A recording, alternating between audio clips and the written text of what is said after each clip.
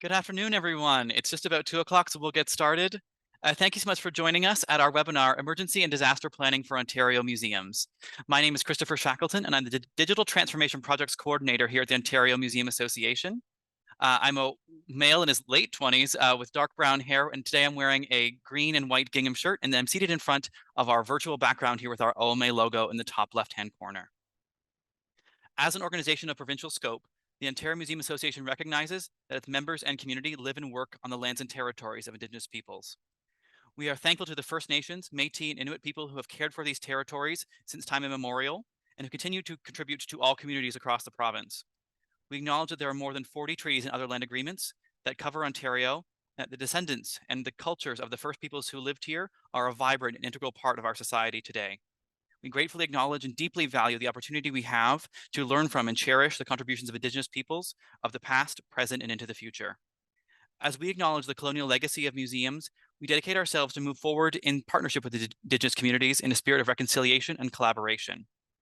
As you participate in this gathering, we invite you to reflect on the land that you are on, who the traditional keepers of the land are, what the treaty relationship is, or if it is unceded territory. Toronto, where the OMA offices are located, is a territory of the Mississaugas of the Credit, the Haudenosaunee, and the Huron-Wendat. This territory is part of the Dish with One Spoon Wampum Agreement and is also covered by the Upper Canada Treaties. So thank you to everybody for joining us today. I want to make sure everybody knows how they can participate in our webinar. You should be able to see the slides and see and hear our presenters speak. If you'd like to ask a question of the presenters, you can type your message into the Q&A box that you can access at the bottom of your screen. If you'd like to say hello to your colleagues on the call, you can chat with them using the chat feature at the bottom of your screen. And while you're at the bottom of your screen, you can also turn on automated closed captions by clicking the CC icon. OMA staff will be monitoring the chat and can help with any technical questions that you might have. This session is being recorded and will be sent along by email to all who registered with a link to the recording and all of the presenters' slides. So no need to panic and take notes of emails and information and dates and things like that. So we'll make sure you have all of that as part of the follow-up from the webinar. I wanted to share a little bit with who is joining us here on the call today. So we asked in registration for this webinar, what is the status of your museum's current emergency and disaster plan? We see here that under 10% of our sector has stated as registering for the webinar that their current plan is up to date. We have plenty of people who have much room to grow. And so we're very grateful for our speakers today for bringing us the information and resources that you need to make sure that your plan is up to date, whether or not you are a CMOG recipient museum or not, to be registered and ready for any plans and any disasters that might come your way. Our first presenter of the day is Dr. Elka Weinstein, who is a museum advisor with the Provincial Ministry of Tourism, Culture and Sport, and the current president of ICOM Canada. Her wide experience of working in heritage and museums includes administration, teaching, public interpretation, grant writing, evaluation, exhibition development, and database management.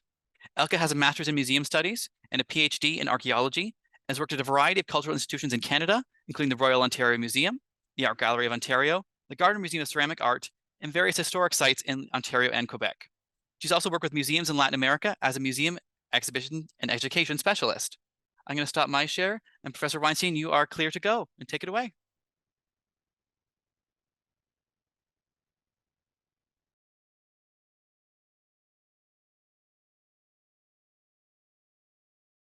Oh, you're just on mute there, Professor Weinstein. Unmute. There we go.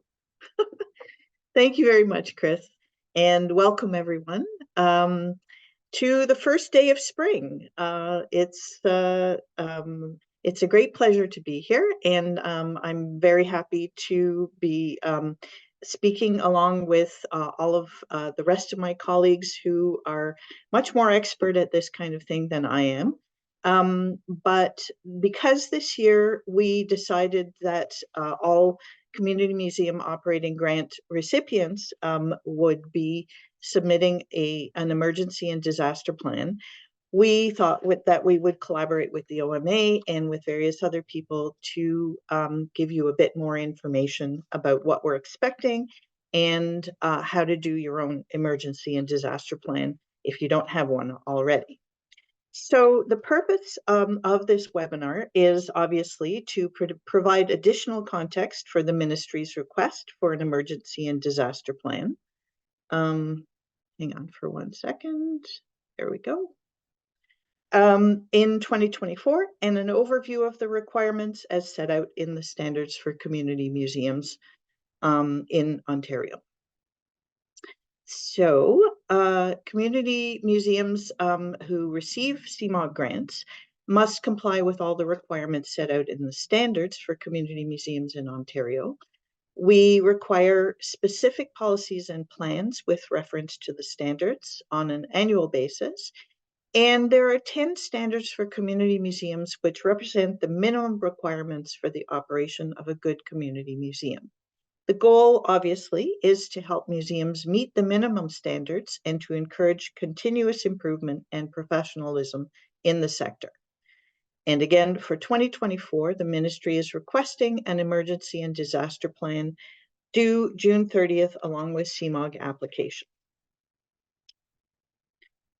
I just wanted to bring your attention to the difference between a policy and a plan. I'm sure that all of you already know this, but a museum's policy should set out a statement of principles, values, and intent, and include references to the need for or the creation of a plan. A plan, like the emergency and disaster plan, should outline the actions that the museum will undertake to deal with an emergency. The plan should deal with understanding the risks your museum is exposed to, trying to alleviate those risks, and being prepared for potential disasters. And I just wanted to, bit of visual interest here, but I also wanted to bring your attention to the BC HERN Emergency Response Sequence Diagram, which is available through BC HERN, which is the Heritage Emergency Response Network. And we have someone else on this webinar who's going to be talking about the Ontario equivalent. But the diagram is very useful because it illustrates the many elements of salvage and recovery for collections that require critical decision-making. The BC HERN is supported by many individuals who donate their personal time and passion to build something that they believe is needed to help with safeguarding collections in this time of climate change. Your museum's emergency and disaster plan should also address these elements of salvage and recovery in the event of a disaster. So to go back to the standards for community museums in Ontario, and the specific ones that we're expecting will be outlined in and referred to in your emergency and disaster planning. The conservation and physical plant standards have specific requirements for emergency and disaster planning in them. Other standards are also relevant and require community museums to provide the appropriate care and management of collections and meet municipal, provincial, and federal guidelines and legislation. So the conservation and physical plant standards are the most important ones for our purposes here. The conservation standards overall intent means that you have a responsibility to protect and preserve the collection entrusted to your care, and that you maintain and demonstrate the stewardship of your collection. The requirements in the standard include various things, but also you must establish a written standard procedure to deal with emergencies and disaster, and training of all staff in these procedures. In the physical plant standard, the overall objective is that your buildings and grounds must provide a safe and functional environment for visitors, staff, the collection, and other activities. But the requirements ensure the security of users, staff, collections, and information by regularly keeping and updating an emergency preparedness plan. It has to include written procedures to respond to threats, emergencies, and disasters. It includes training staff and volunteers, and also establishing a system of periodic testing and assessment of the effectiveness of your emergency procedures. So all of those things are very important. For the other relevant standards, and I'm not going to read all of these, you can go to the link at the end of this PowerPoint and read these for yourself.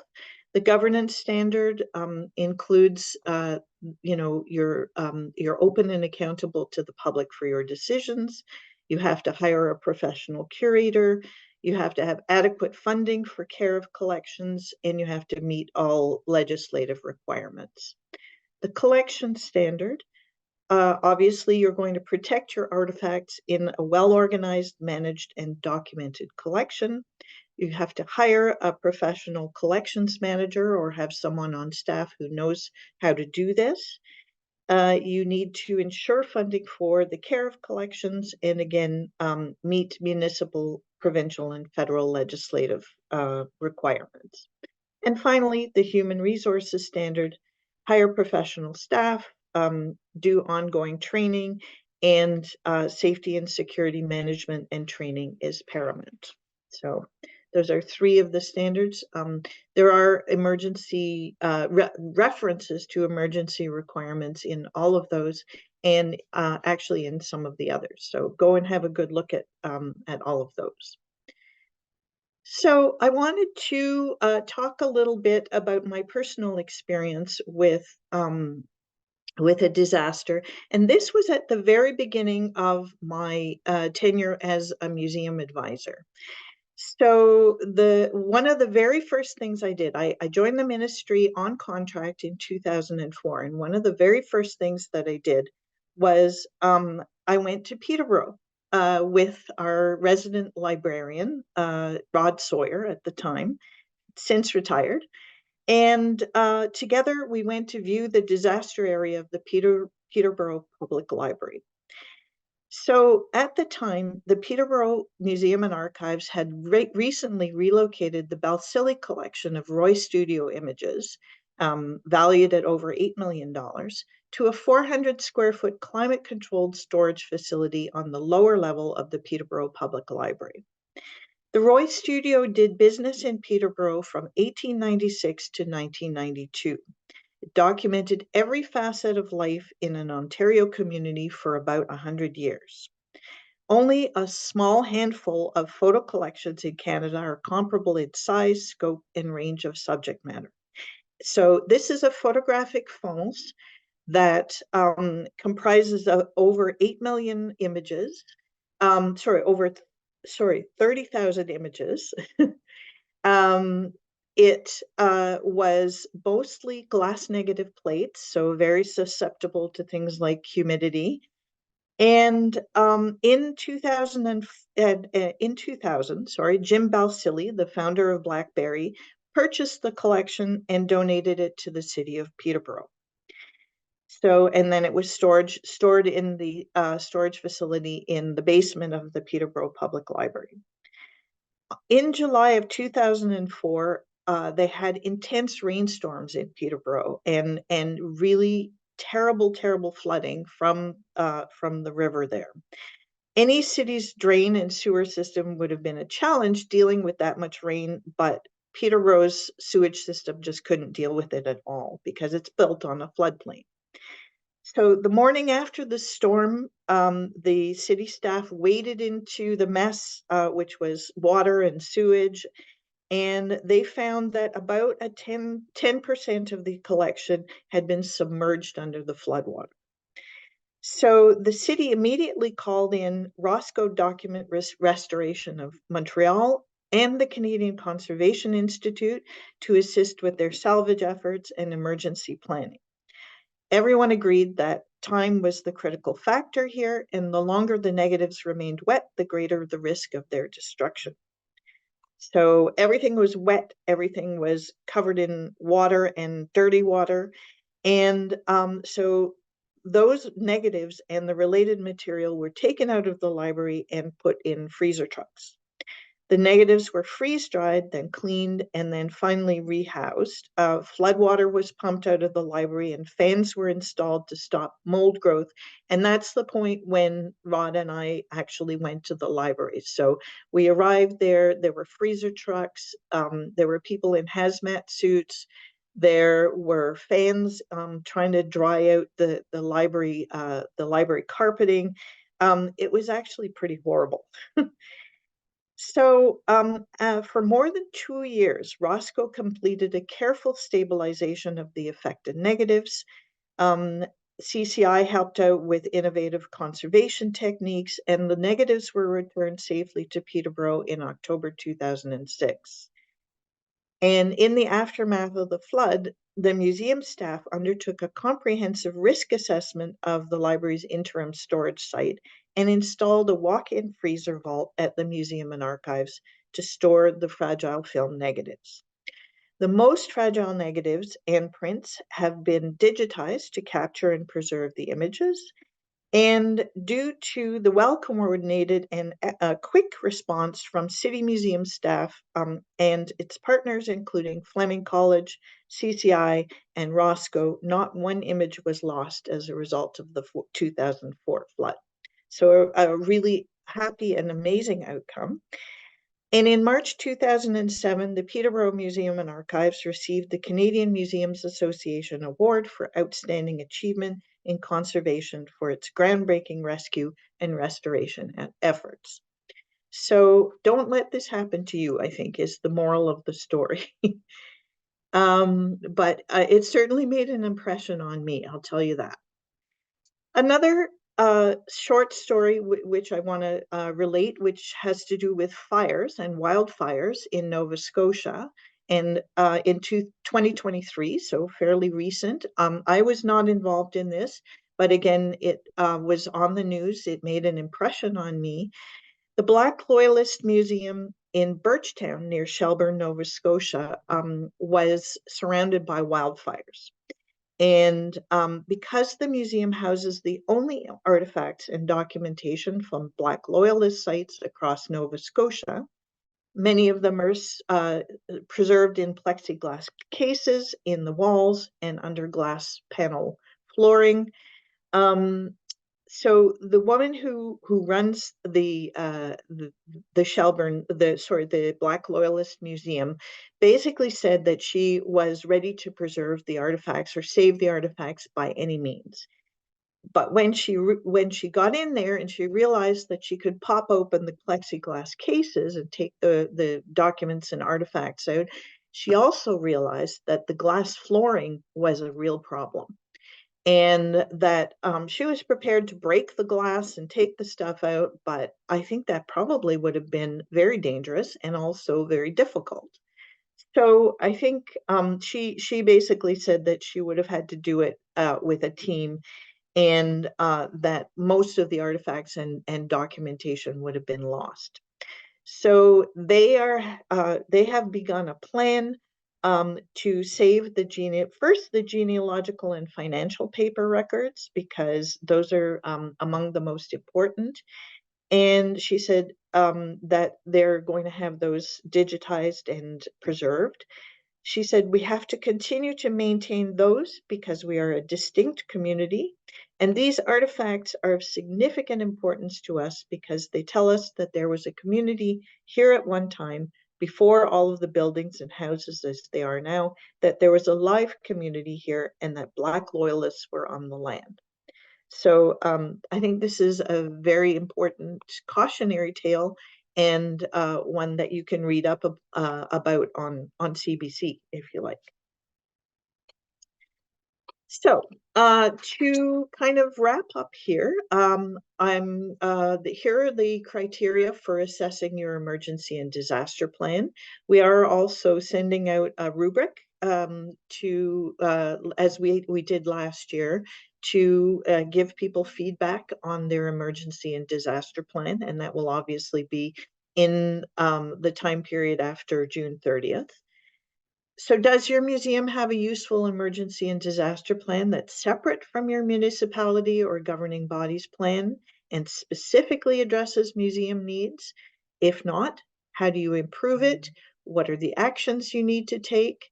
And what are the timelines for those improvements? And who's responsible for those improvements? The staff, the board? So I'll keep all of those things in mind as you are recreating or creating your emergency and disaster plan.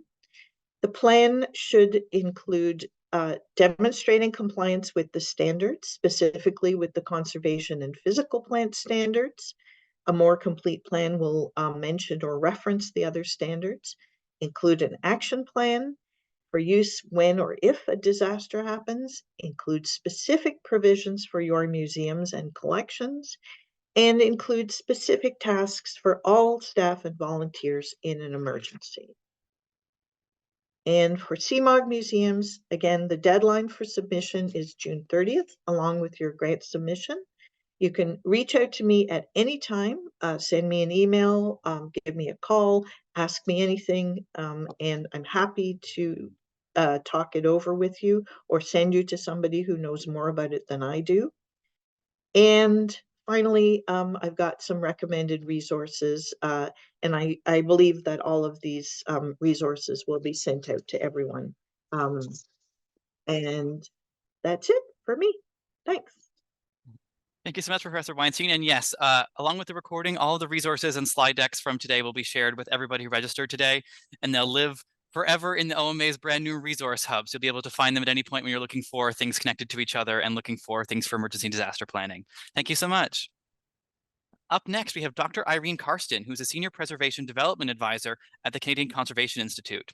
She has advised heritage institutions on preventative conservation, care of collections, emergency preparedness, and facilities upgrades, in addition to managing collections risk assessment projects since 2009. Dr. Karsten, take it away.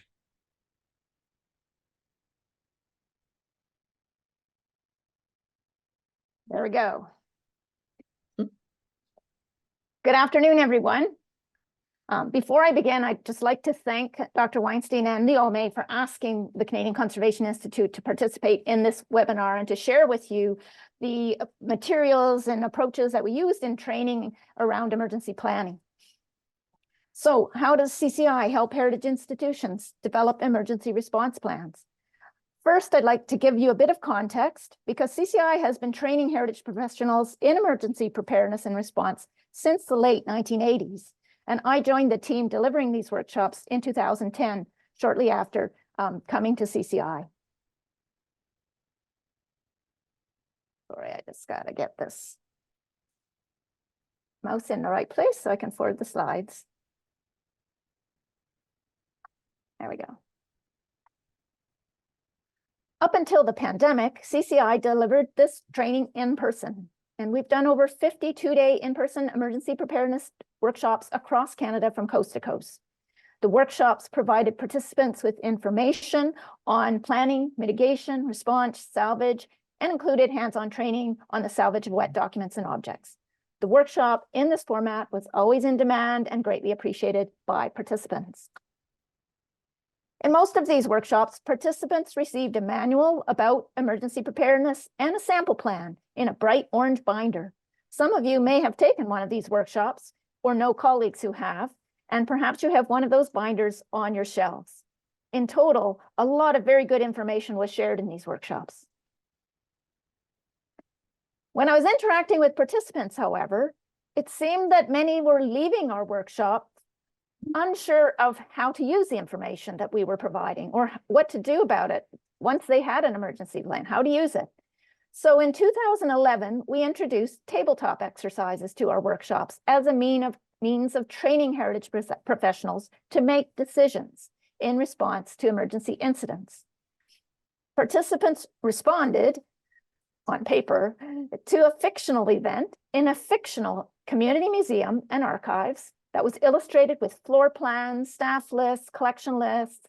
And on the pictures, there were blue puddles and gray smoke that showed exactly where the leaks were, or floods or fires were wreaking their havoc.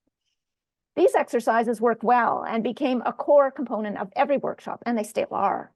We hoped that participants would use such exercises in their institutions in combination with their emergency plans. Then, in 2013, I assisted, along with other contributors, with the salvage of the collection of the Museum of the Highwood after severe flooding in southern Alberta forced complete evacuation of the town of High River. Collections in below-grade storage had remained underwater for over 2 weeks, prior to salvage. The loss to the collection due to this flood was staggering because it was 80% of the collection that was underwater. Only about 30% of the collection was saved. And this experience of disaster response, which was my first significant one, upset a lot of my preconceptions. Plus, the staff at the time said to me, we have an emergency plan, but but it certainly didn't prepare us for this. So given everything we're doing, and they had attended one of our workshops, even these scenario exercises were not enough. So now I was sure that CCI had to provide even better support for emergency planning. So in 2014, we introduced the first version of the CCI Emergency Response Planning Workbook to assist institutions with developing such plans, to make it easy and make sure that those plans would get done. And at its core, it had a workbook that was written in PowerPoint. Here is one of the slides, and it covered these four steps: know response objectives, build a response team, develop response strategies, and provide resources. The workbook was linked to 10 worksheets and an emergency plan template, this time digital, so easier to use. And all these materials were available in both English and French. So as soon as these were introduced, every workshop participant was provided with these documents. And in the workshop, we did some of the exercises to make sure that people knew how to use the materials. And response to these materials was also very positive. But when institutions were surveyed 1 to 3 years after taking the workshops, we found that progress on emergency response plans was lacking in many cases. Although roughly 1 in 5 institutions had completed an emergency plan, 2/3 had not started or were only in the early stages of preparing one. And 3 in 4 institutions were unable to prioritize emergency planning, given other work and current resources. And similar data from a 2018 survey of heritage institutions in Canada, conducted by CAC and CAPC, confirmed that the number of institutions without an up-to-date emergency plan had remained high at around 66% at that time. So we thought we were on the right track, but we still needed to do more to make sure people really got their plans done. To encourage better outcomes, we turned to online learning, something we had already begun to discuss in order to reach the many heritage professionals who are unable to attend our workshops in person. We began developing modules based on this model in 2018, and with the coming of the pandemic, this approach became even more important. And the result is what we call Response Ready. Response Ready is still based on the same 4 steps as in the previous workbook. But the CCI workbook content is now reorganized into 5 modules that in the online workshop are spread over as many months. So it takes about 5 months to complete. Each module provides deadlines so that participants can complete their emergency plan section by section. The PowerPoint manual of the workbook was replaced first with a series of PDF notes, and then with a single PDF manual, and soon, within the next year, I hope, with content on the CCI website, so it's easy to find. An emergency plan template and a set of worksheets are linked to this core content. And with each revision we did, we integrated things that we learned from our workshops with participants as they told us about their challenges and how we figured out ways to make the process easier. The response-ready content is designed to permit self-study, so to just develop an emergency plan on your own by using it, as well as to use in the online workshop. So it's still a step-by-step guide to preparing an emergency response plan.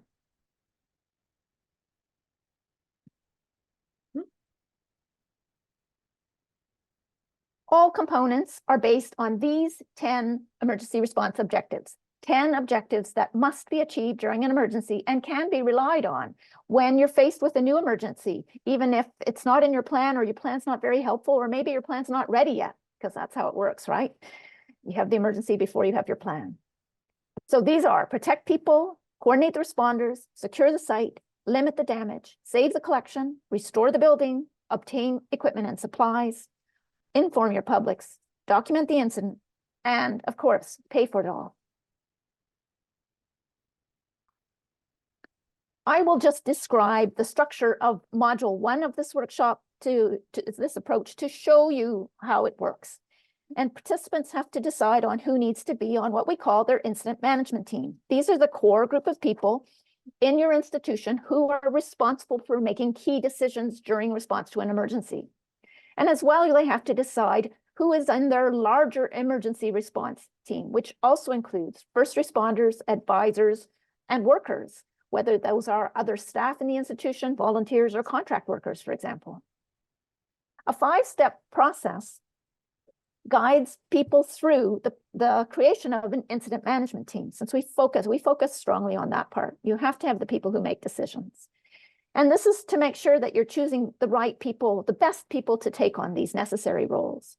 So in step 1, there's a simple questionnaire that is used to assess whether staff or other potential team members have useful skills or knowledge for emergency response roles. And people just simply decide whether each of these 29 phrases describes them very well, somewhat, or not at all.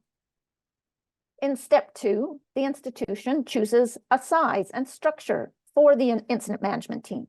And these are the 3 types that we suggest. And it's based on the number of full-time staff in an institution. So if your institution has no more than 6 employees, we suggest, whether they're volunteers or paid staff, we suggest a team of 2 roles and 2 alternates, which totals 4 members. If you have 7 to 10 employees, we suggest 3 roles and 3 alternates, which is 6 team members. And larger institutions with more than 10 employees can go up to a size of 5 roles and 5 alternates for 10 members. And each role is associated with specific emergency response objectives that we suggest.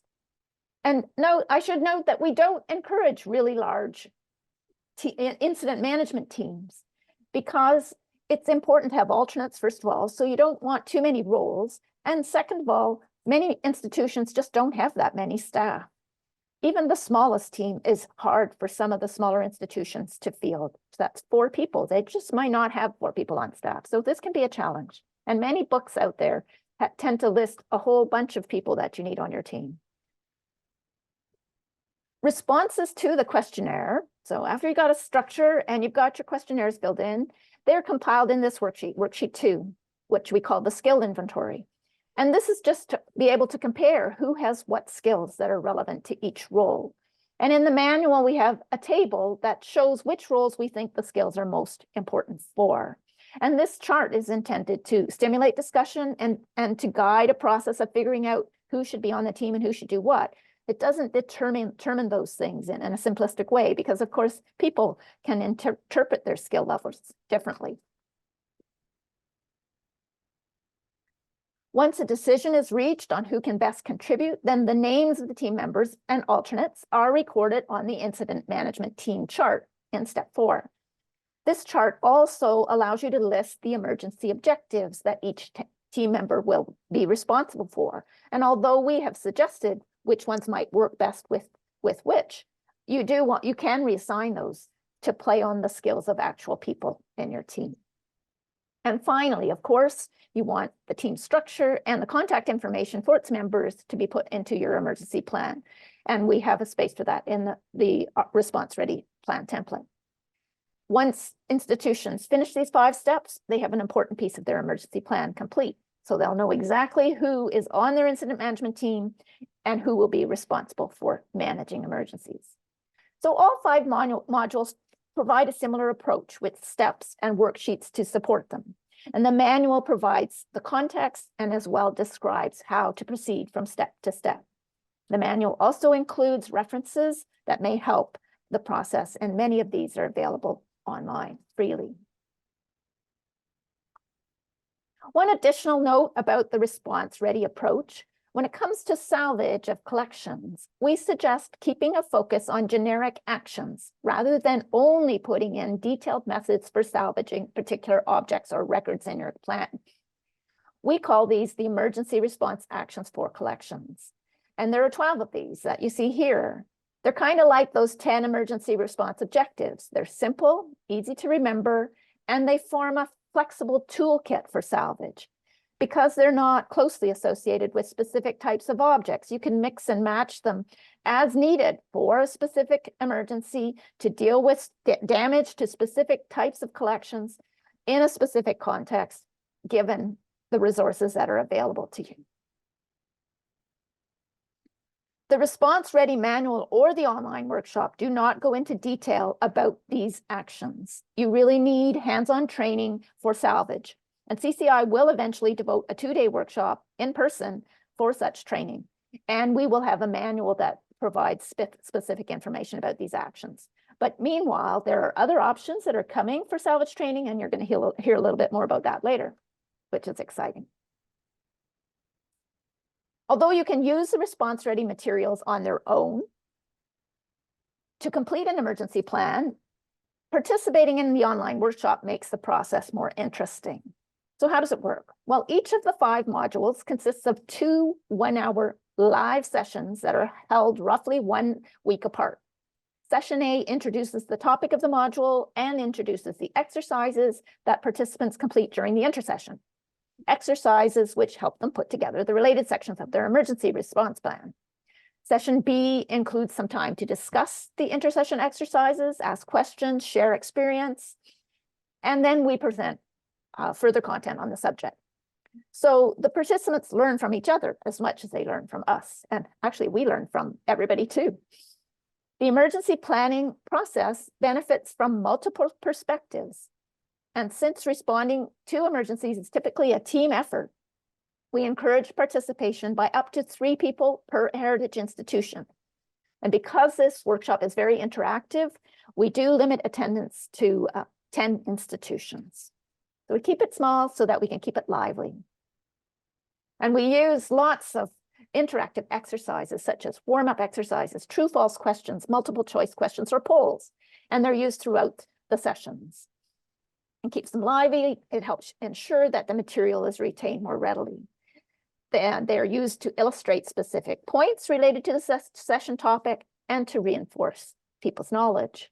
And here's just an example of a multiple choice question where participants would type their response to the question, which is which of these absorbent materials can be reused? They just type it into a chat box, and then we'd have a bit of a discussion about what kind of blotting materials you might want to have on hand, or you might need to use if you have a water emergency.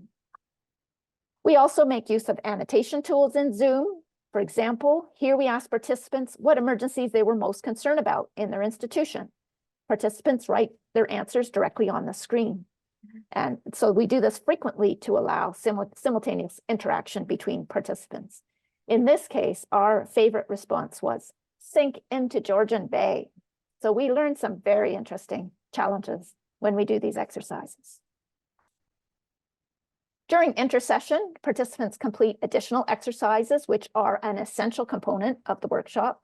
They use the manual and worksheets associated with the module to complete the related section of their emergency response plan, as you see here. These steps are for setting up the incident management team. Participants may use the response-ready template if they wish to, or they can simply update an existing plan. Either works. We don't insist that people use the template. And throughout, there's a specific kind of exercise we do throughout the workshop, which is the use of scenario exercises. And these help participants think about responding in their institutions.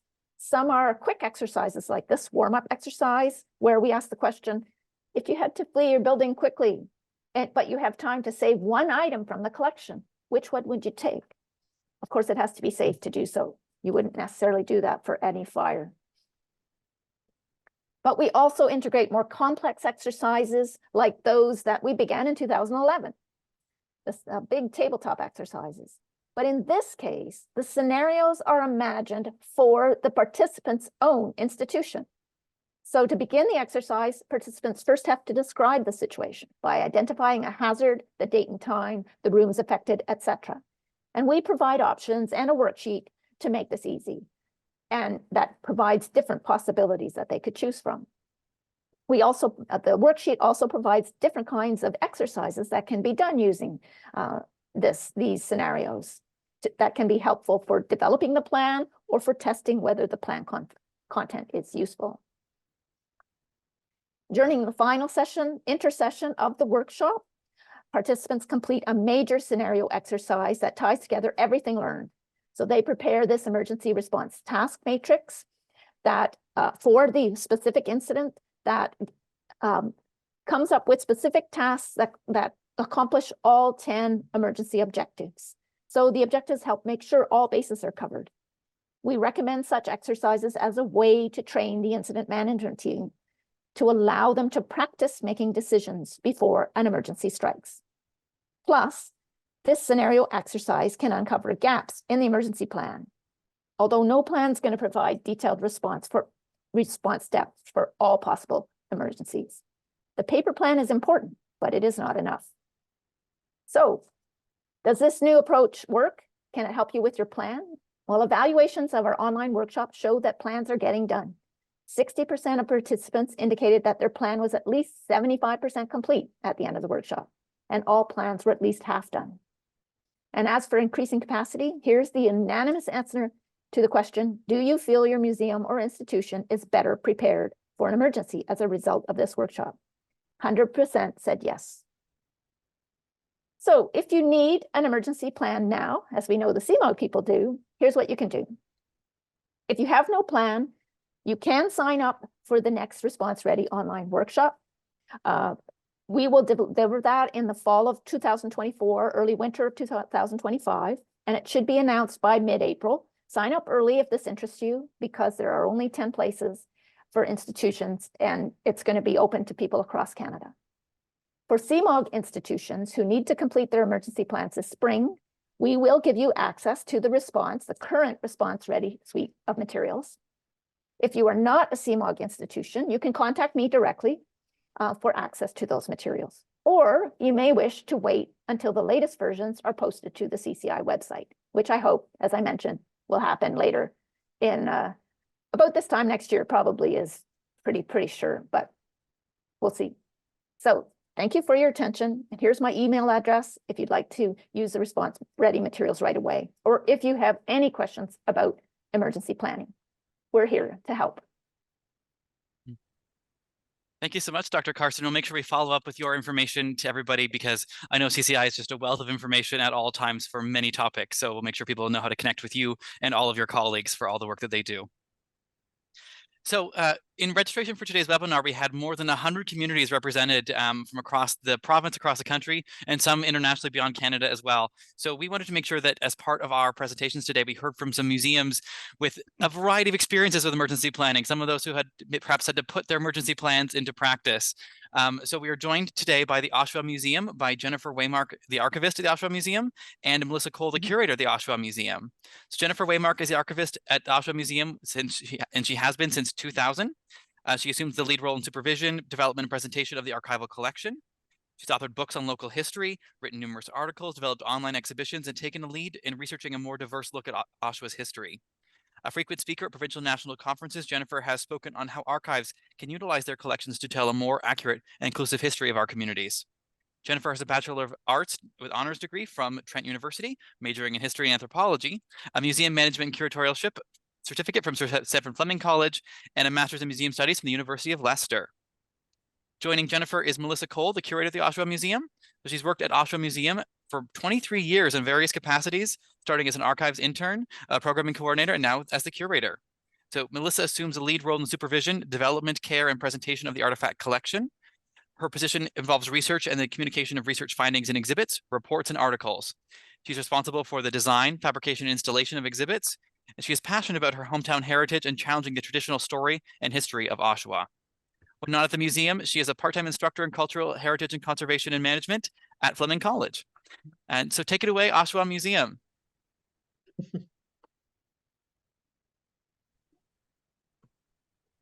Thank you very much. On behalf of Melissa, I'd like to thank the OMA for inviting us to come and speak today.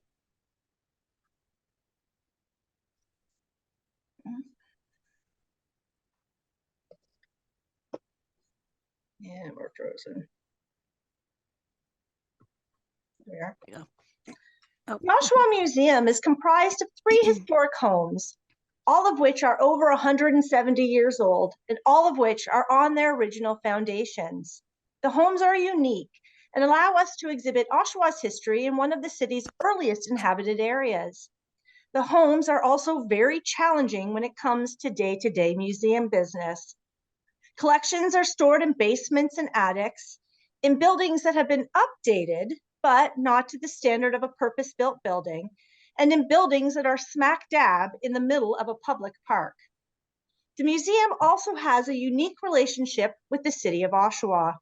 We are not a municipal museum, although our buildings are owned by the city of Oshawa.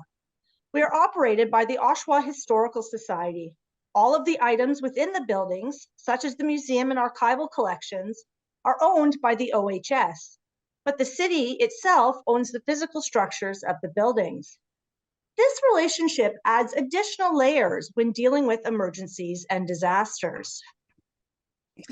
Over the past 20 some odd years, the museum has dealt with both a devastating fire and a major flooding events in 2 of the 3 homes that make up the facility. Each of these disasters has shined a light on the importance of emergency and disaster planning and how a strong plan can help a site navigate through trying times. Our first major emergency occurred on December 17th, 2003. That night, around 8 p.m., staff were alerted that Guy House was on fire. Guy House is not only the administrative office of the museum, it is also home to the archival collection. It is a beautiful wood frame building constructed as a family home around 1845 and restored on a shoestring budget to become part of the Oshawa Museum complex in 1985. Museum staff arrived on site to see flames and smoke pouring out of the building as firefighters worked to contain and extinguish the fire. Staff on the outside of the building worked with firefighters to remove items from the archive storage room until it was no longer safe to do so. Once that decision was made, the firefighters tarped the stacks and focused on solely fighting the fire. As the fire raged, items removed from the archives were moved into Henry House, another historic home that acts as our period home for the Oshawa Museum. While it was the only option at the time, the smoke damage items were not safe to have within the period home, as the smoke off-gassed and could contaminate items within Henry House.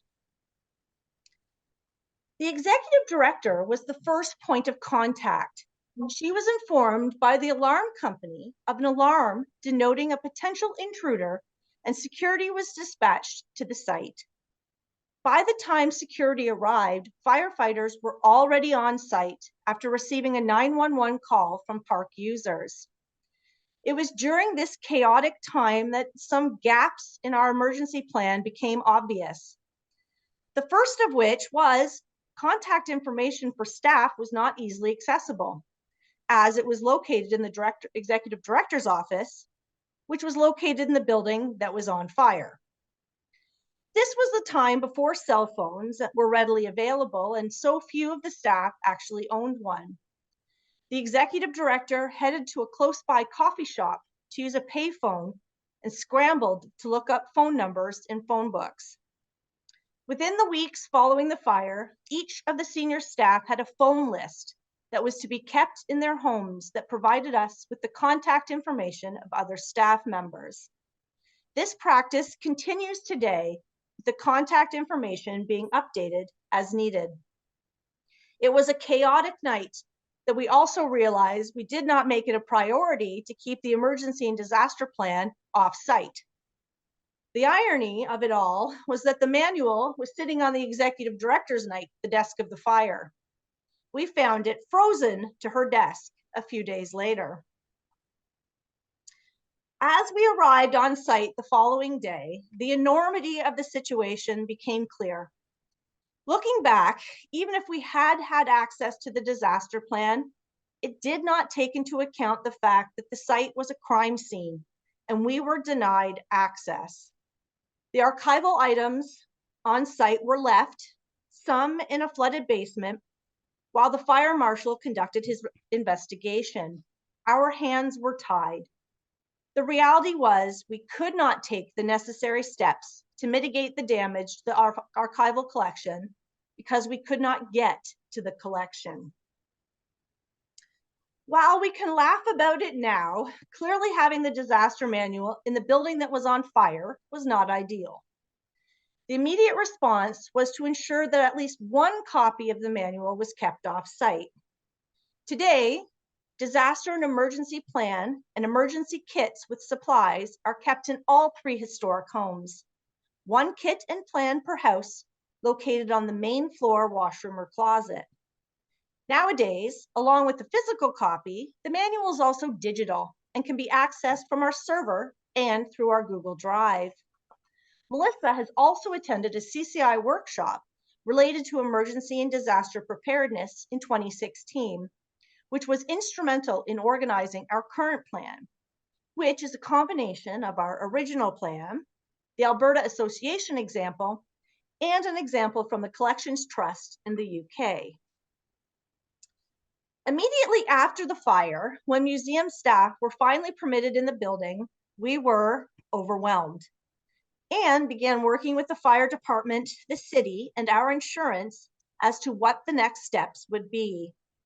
Museum staff honestly thought we would be the ones removing the archival collection from the building, and were trying to come to grips with how to even achieve that. It was then that we learned about disaster recovery companies and the multiple ways that they can assist after a disaster. The disaster plan now reflects what we learned in 2003. It provides contacts to streamline the reaction to disasters, ensuring that the proper city staff are contacted and that disaster recovery companies can be contacted and on site as quickly as possible. Now, as noted, the Oshawa Museum, through the Oshawa Historical Society, is an external agency of the City of Oshawa. This means that we operate the museum on behalf of the city. While the collections inside are owned by the Historical Society, the buildings are owned by the city. This means that the city is a stakeholder that needs to be included in any disaster plan. Once the contents of the building had been removed by the disaster recovery company and sent off-site to be sorted and conservation work begun on the archival collection, it was the city who was left to determine how to proceed. At this point, there were 2 separate disaster plans being activated.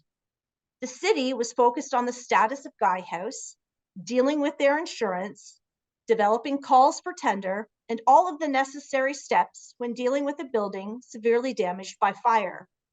Meanwhile, museum staff were moving forward with attempts to find suitable office space, replacing all of the office equipment lost, and attempting to get back to day-to-day activities. Meanwhile, myself as archivist and the executive director were working to determine the status of the archival collection and to begin to develop a salvage plan based on that status. The fire highlighted the importance of the relationship between the City of Oshawa and the museum. It also showed how clarity needed to be made with regards to responsibilities and paths forward. So since that time, our disaster plan has included a chart that outlines various contacts within the City of Oshawa and what their role would be to assist us in various disasters. I got an example of that chart here. I've removed the numbers, but various names in there are also related to furnace and oil delivery, our insurance company, pest control, plumbers. A lot of these agencies are also the same agencies that the City of Oshawa uses, so we had to work closely with them to ensure contacts were accurate. Another stakeholder relationship that needed to be strengthened was with our local fire department. So since that time, we've been very fortunate to work with Oshawa Fire Services, and they had their entire team, not just the fire services that work in the fire halls, but the ones that are working in the offices. I'm going to say over 200 firefighters came through all 3 of our buildings through collection, storage, attics, and basements, so that they're aware of how the collections are stored and what series of collection priorities that we do have in place. Our local colleagues from Parkwood and the library stepped up the day after our fire. First thing, they were there the first thing in the morning with supplies. So your own colleagues, your local colleagues are definitely instrumental and should be a part of your plan. They were a definite resource for us after the fire. Another stakeholder relationship, next slide, Jen.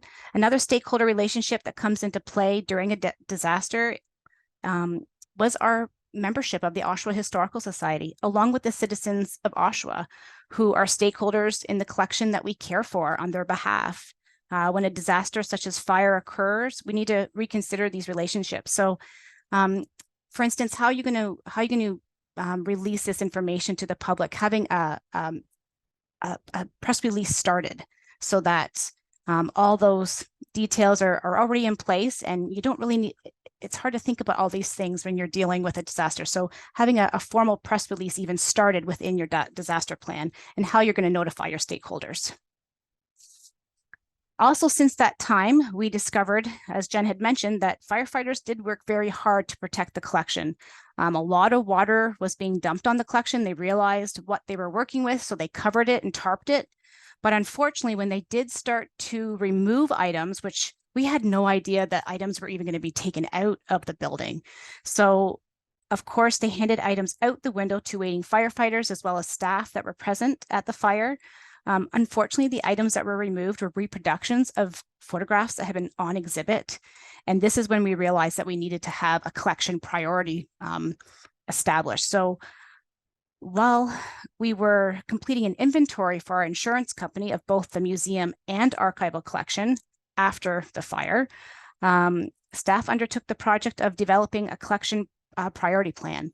So this is what it currently looks like. We're actually changing that because this chart is great and it will mention where items are, but an even better one is this one that we call, and they call this it was a term that they used. It was called a priority grab list, and I like that term. Obviously, we don't have suits of armor in our collection, but I just really liked this example of the floor plan showing the location within the building itself. So for the archives, Jen has actually placed glow-in-the-dark stickers on Hall engine boxers. The theory behind these stickers would make it easier to decide which one to grab. So those little glow-in-the-dark stickers should hopefully show up in the dark. I've been working to identify priority objects and create a plan such as this. And it's also been suggested that I take this plan and laminate it. So then I could actually hand it to a firefighter while they can help with that salvage. Also within this, in more detail, they even estimated how many people should be available to move this particular object as well. If it's a larger object, you can even have that within your plan. I like to think of our disaster plan as a document that anybody can use without having the knowledge of our site or our collections. They should be able to look at the plan and go, okay, I can do this, even though I haven't been here that long. So working in historic homes, obviously, they're not purpose-built facilities, which means artifact storage is in attics and basements. All the lessons that we learned from the 2003 fire were put to the test in 2017. In the spring, when the basement of Robinson House had a flood, about 4 feet of water due to a large amount of rain falling. Our sub pumps didn't necessarily fail, they just couldn't keep up. One of the sub pump was still trying to gargle through, and unfortunately, once we saw that water, we could not step into it because it's in the basement of Robinson House where the furnace is, wiring for the sub pump, our water heater. So therefore, the fear electrocution is a potential. So we couldn't step into the water. So we obviously had to start putting our emergency plan into place. And our main contact for our emergency plan is our executive director, and she was out of the country. So therefore, it was me. I was implementing our plan and it worked. I was able to basically navigate utilizing our emergency plan. She was out of the country. She basically almost had no idea it was even taking place. Thankful to the City of Oshawa staff as well. And just having contacts within that plan that I was able to utilize and put it to work. And this is what we wanted. The floodwater obviously could contain sewage, chemicals, or animal waste. We were mainly concerned We don't think we had too much of that. It was just mainly water backing just from a lot of rain. But we had an oil tank in the basement. So that automatically shuts off, but there's still a small amount of oil that would be, so it's instrumental to get that water out of the basement safely as well. And that was above, so getting the right plumbers in, and then also contacting our local, I contacted Cloca as well, the city did, just to ensure any environmental issues as well. But thankfully, we didn't have to worry too much about that. We contacted our restoration team. It was very instrumental that we removed the items as soon as possible. And we were basically told that everything had to come out of that basement in order to do a proper cleaning of that floor, especially because of the oil residue that would have been from the oil tank. And they didn't want that staying in the basement floor. As each item was removed from the basement, we had a restoration team that came in to help remove the items. Myself and another staff member were on site to determine, as items were moved, if they were dry, they remained in Robinson House. It's kind of a triage that was set up. Dry items were moved to one location, wet items moved to another. Again, our plan was put into place on what to save and what not to save. So you can see here, this is kind of a few images of the process showing the removal of the water. You can see the depth of it there, kind of get an idea. There were a few items that were floating by. It's just like, oh dear, yeah, you know, many of these items were large as well, which I'm really thankful for the restoration team that came in to help remove them. And they were very respectful of, and worked very closely with staff to ensure that they were caring for the items as well when they were removing them out of the basement. It was done, I'm going to say the whole process was less than 2 weeks. And we got items back in. Very thankful for the restoration team that did the cleanup as well. Once the water was removed first, and then the items were salvaged. Cleanup of the basement took about 2 days to fully clean the floors and everything. And then we also had to construct new risers as well before the artifacts went in. So again, working with insurance companies, and I'm working with our partner at the city of Oshawa. And work continues. So these are a few of the templates that I've used that we've mentioned already. The Collections Trust is a template that's part of our emergency plan. I was fortunate to attend a CCI workshop in 2016, which was really instrumental to the plan that we use, and working with Irene and taking that workshop is very beneficial. I can't recommend that enough. And of course, the Alberta Association as well. And I'm an email away if you have any questions about our plan, and willing to answer them. Well, thank you so much, Oshawa Museum, having been through fire and flood. Hopefully others can learn from your experiences and make sure that their plans are as effective and useful as yours ended up being. So we're also joined today by Karen Bachman, the Director Curator of the Timmins Museum National Exhibition Center. So she's a proud graduate of the OMA's own Certificate in Museum Studies program, and she began her career at Timmins Museum in 1986 as the program supervisor and moved Director Curator just 2 years later. She's seen the museum through a number of challenges, including its shutdown in 2008, relocation and reopening in 2011, and renovation in 2017. Throughout her 35 years at the museum, she's worked on over 600 temporary and traveling exhibitions. She's been involved with our museum community in an active way for a very long time, joining our OMA Council in 1989 and becoming council president in the mid-90s before returning again in 2011. She served on the CMA Awards Committee for many years and was president of the CMA from 2018 to 2019. She's participated in a number of our OMA and CMA conferences and spoke on a number of topics, including traveling exhibits and museum reorganization projects. She was instrumental in the creation of the City of Timmins Municipal Heritage Committee and continues to work on local heritage preservation issues. She also received our OMA Distinguished Career Award of Excellence in 2021. So Ms. Bachman, take it away. Thank you very, very much. And let's hope that we've got this straight here. And just give me a chance to get my wonderful little mouse in order. So good afternoon, everybody. And thank you for letting me have the opportunity to speak a little bit about what we're doing in terms of emergency planning. We are located, the Timmins Museum National Exhibition Centre is located in Northern Ontario in Timmins. So I've been asked to give a bit of a perspective coming from Northern Ontario or rural communities in terms of what we deal with in terms of emergency planning and some of the things that we have to think about. And also from the perspective of a municipal museum, because we are a fully integrated department of the City of Timmins. So we have some interesting things to deal with as well when it comes to that. So a little bit of context in terms of those challenges for northern and rural museums. Really, it's not all that different than what a lot of people are facing.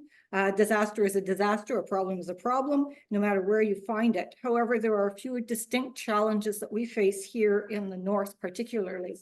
The biggest one, of course, is geography. We are somewhat, a lot of locations are remote locations in this space, and we're talking about 2, 3, 4, 5 hours in between communities. So it's a little bit hard to reach at times. Transportation is a bit of an issue. We look at winter time. Our 2 main highways a lot of times are closed during the during storms. So that limits in terms of how people can get to us and all those good things. So if you're in the middle of a disaster trying to cope with something, it can be an issue. Some of our more northern communities, of course, have broadband issues, and there isn't that opportunity to be interconnected through all of those good things like the internet. In terms of resources, I mean, we all share this problem now, and we spoke about it a little bit about it yesterday in terms of things like being able to get supplies and suppliers. It's we don't have a lot of things in that are readily available in many communities here, so it takes a little bit to get that organized. So you have to be proactive, and you have to think about when you can hoard your supplies and when you can get them, because chances are you probably won't be able to get them when you need them. We also we work with a lot of mining supply stores as well to help us with our spill kits and disaster kits and that kind of thing, and that works out very well for us. Some of the other problems that we do have are very much people. We are in our institution, we are one institution in for the City of Timmins. There is the next museum that is closest to us that has full-time staff, is 2.5 hours away. So when we count on, when we face a disaster or we face a challenge, our colleagues are kind of far away. So it becomes a little bit more difficult to reach. But that means that what we have to do is rely on the people that we do have in our community, and that is a bit of an asset, especially if you're a municipal museum, because you do have a lot of people that you can reach out to, and that is something that's very positive. Other things that we have to think about are facilities. It's not like we don't have access to refrigerated or trucks and those kinds of things. So we have to think a little bit out of the box in terms of where can we store things. We're lucky because we have a number of arenas in our community. One of them does have ice all the time, which means that it is cool all the time. So when we need a space that is cool and that is that can help with that, some of the keeping things frozen, those kinds of things, we can work with our facilities. And because we're with the municipality, it makes it a little bit easier for us too. We have to look at spaces as for where we can work from. That too is limited within communities. It's not like we can go to a number of different spaces, but there are things that are there. So things sort of develop, and we got some pretty good ideas about how things could work when we had our own problem. So this is the original Timmins Museum National Exhibition Center. It was located in South Porcupine. It was a building, it's a Butler building, 2 Butler buildings that were stuck together. It was put together in 1975. In 2007, unfortunately, we had a bit of a disaster. There was a large infestation of mold discovered within the building space, and it prompted some really drastic and dramatic things that happened. So we ended up with mold and water damage at the end of the year. Everything had to be removed. And when I say everything, all of the walls were removed, everything was removed. And the process was kind of a weird process because we did not remove any of the collection at the time because there was a problem about us getting access to the building. So we worked with a disaster recovery company, which was very good. We got things organized somewhat. It was a large mess. It was a bit of a problem, but we got through it. So we were able to move our collections to the Whitney Arena Hall, which was just down the road from the museum. We were able to set up our shelving units and actually bring the pieces in to at least start some work on them. The staff itself, most of the staff was moved to the underground gold mine tour. They had a spare building in there, so we set up all of our programs that happened within that, or that we could keep going. So that's kind of where we started off from. Myself, I got to work with the collection in the at the Whitney Arena Hall. I had a wonderful office that was set up in their kitchen. Unfortunately, it was not a happy place to be at, but at least it was a place to be at. So all of that led to our new facility in 2012, which we opened up.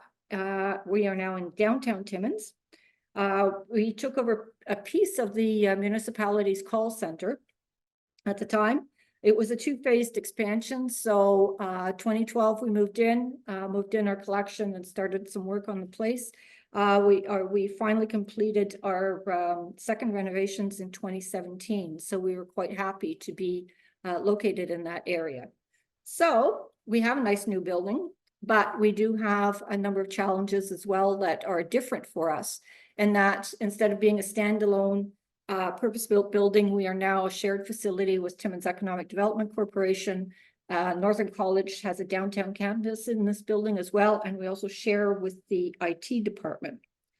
The bonus part of this, though, is that we have a huge generator that is located outside of it because it was a call center. So power outages are really not an issue for us because within 10 seconds we get our power back and we can run off of the generator for a good 48 hours. But it also means that this is the city's emergency building. So it's their command post should there be a large problem within the community. And so the museum gets to play that role. A little bit different, but it works out well for us. So I should say, as a department of the municipality, we fall under a lot of the municipal emergency response policies. So there is a main plan that that is designed for all departments and each department, but then each department must create their own plan, which is of course site specific and deals with whatever issues are within that. So the museum obviously falls in that. So our main plan through the municipality provides us with procedures, standard operating procedures related to evacuation, fire, earthquake, extended power outage, tornadoes, lightning strikes, chemical spills in the community, hazardous material accidents on the highway, carbon monoxide exposure, natural gas leaks, the pandemic, bomb threats, suspicious parcels, aggressive behavior, hostage takings, theft, and robbery. They're very, very, how shall I put it? They cover all bases. Our museum emergency plan, we worry more specifically, more about the specific, obviously. So we're in a lovely building, but we have a flat roof. So water leaks are especially a problem for us, even though it's a newer building. And that we have sort of dealt with in a number of different ways. And so that is one of our main points within our plan. Weather issues, winter snowstorms, windstorms, severe rainstorm. And if you can see that photograph, that is the snow that was accumulated in front of the building during one of our major storms about 4 years ago. And that is the office that the program supervisor was working in. So she had a great time in there, needless to say. We also have to deal with, we deal with fire, a plan for what to do on site, obviously, but also wildfires and forest fires. And in 2010, our community was surrounded pretty well. All roads were closed in and out of the community and in 2010. So that was a very scary scenario. And there's a lot of thought that has also gone into how we can best survive that kind of thing if it comes around again. And I have a feeling this is going to be one of those summers where that part of the plan may be revised and looked at quite a bit. So other site-specific procedures that we have developed revolve around missing children, particularly if there's something or a problem with children with our programs, pest infestation, and accidental damage. So a lot of our plan, and I have to thank CCI because we worked with them during the pandemic to help develop our plan. And those are the response objectives that that they have mentioned. We have built into all of what we do in terms of our planning. So the first objective being to protect people, to coordinate the responders, to secure the site, to limit the damage, to save the collection, to restore the building, to organize equipment and supplies, inform the public, and document the entire process, and then pay for it. So all of those things that CCI has put in our minds is what we've put into our plan. And I have to say one more thing about the CCI program. When we looked at this initially, when we were starting to devise and review our plans, it really does feel like an overwhelming kind of scenario. But the CCI program, and this is a plug for you guys, really actually got us to sit back and think about logically, what do you need to do? How do you need to do it? And best of all, it gave us the tools so that we don't feel like we're panicking and trying to put together something that isn't going to work for us or isn't going to work for anyone. So a big thank you to them for sure. Finally, training in terms of that is an important component. For in order for the plan to work, everybody needs to be trained on it. And when I say everybody, I mean all of the staff. We do review the plan regularly with staff. We make sure our contact lists are up to date because there's a lot of change within the municipality. And we have shared our plan with authorities, being the local fire department, obviously, as well as our health and safety department within the city, who have also been instrumental in helping us develop the plan and to cover off on a lot of things. So I've gone through this really quickly because I want to make sure that people have an opportunity to be able to ask some questions and we can answer some. So my pithy quote of the day is, if you fail to plan, you are planning to fail. So thank you very much. Thank you so much, Ms. Bachman. Coming up next, we have Roberta Seeley, who's a conservator at the Region of Waterloo Museum and Archives, where she's worked for the last 5 years. Prior to this, she held the role of conservator and conservation technician within the Hamilton Civic Museums for 10 years. Roberta received her education at Fleming College, where she completed a diploma in collections conservation and management in 2008. She has a keen interest in all things emergency management and collection salvage and response, as demonstrated by her completion of a certificate in emergency management from the Justice Institute of British Columbia in 2019.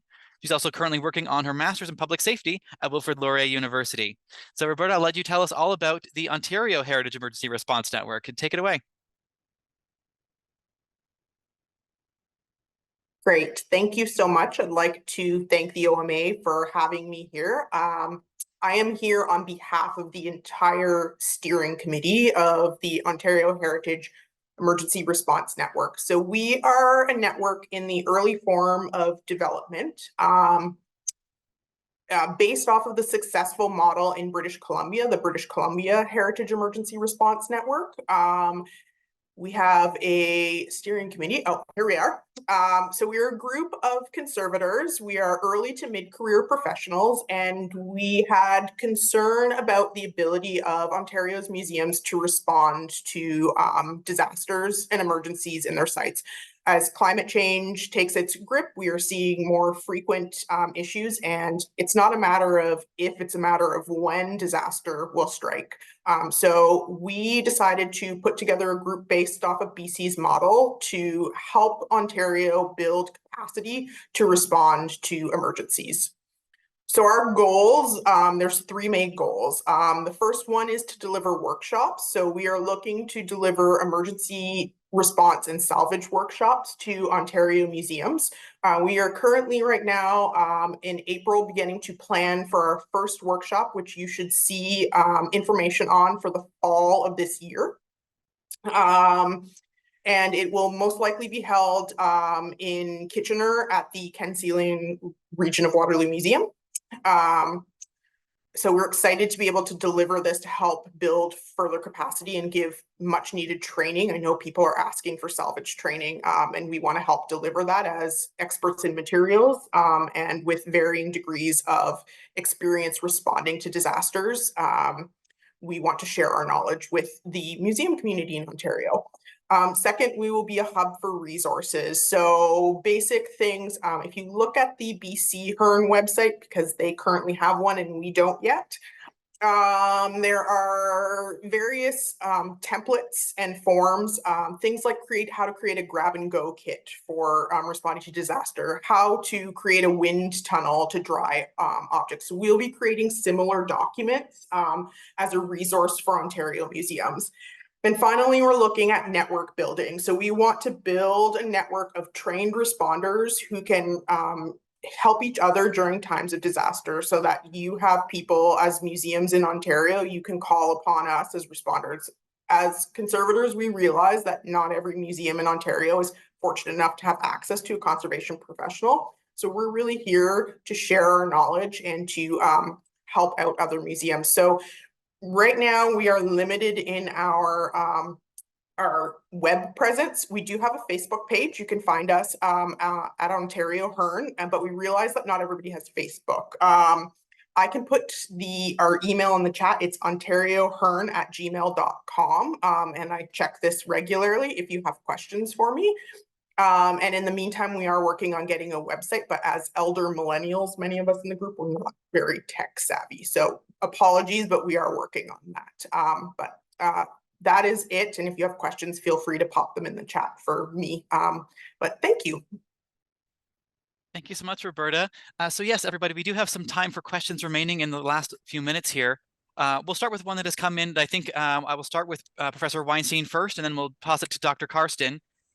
So if we're looking at updating our older plans, as the majority of our respondents to our initial survey are, what things might have changed we should pay particular attention to? We'll start with sort of changes to standards or things like that, maybe Professor Weinstein, or what you think people might need to update from their previous plans. Well, it depends on what your plan looks like, doesn't it? I mean, I think we've gone over the important parts of the plans. I would guess that the most important part of the plan for you, if you have one already, is going to be your action plan and who's responsible for what. So I'm just I'm guessing that would be the most important thing to do right now. So then asking a similar question then to Dr. Karsten, if we're updating plans, is there things we should pay attention to around things like technology, infectious disease, or kind of different collections materials? If we were doing a plan 10 years ago, what should we make sure might have changed now with the plan in 2024? Okay, so in terms of updating, some of the key things you already know. You have to know how to get a hold of people, and the Oshawa Museum people made that very clear. So that is something you're constantly doing, is checking your contact list and making sure they're the right people and they're the right numbers. And that's actually more important than some of the more fine detailed stuff about, well, it's something new in your collection. The big new thing in collections these days are digital collections. But if you deal with digital collections well, you should have those stored duplicates off-site. And that's your plan, is that you won't ever lose all that material in one disaster. If that's not the case, then I would work on your digital preservation plan. The pandemic showed us that there were kinds of emergency situations that we had no clue we would have to deal with. And so you may want to put some kind of a pandemic procedure in your plan. But what I would suggest possibly is that for collections, from the collections perspective, what you need is a sudden extended closure procedure. What kinds of things do you have to look at if suddenly you have to shut down and people are not going to be on site every day? So, you know, you want to get rid of food out of the building because it could make pest risks. Are you gonna have certain people go around at from certain times to check things?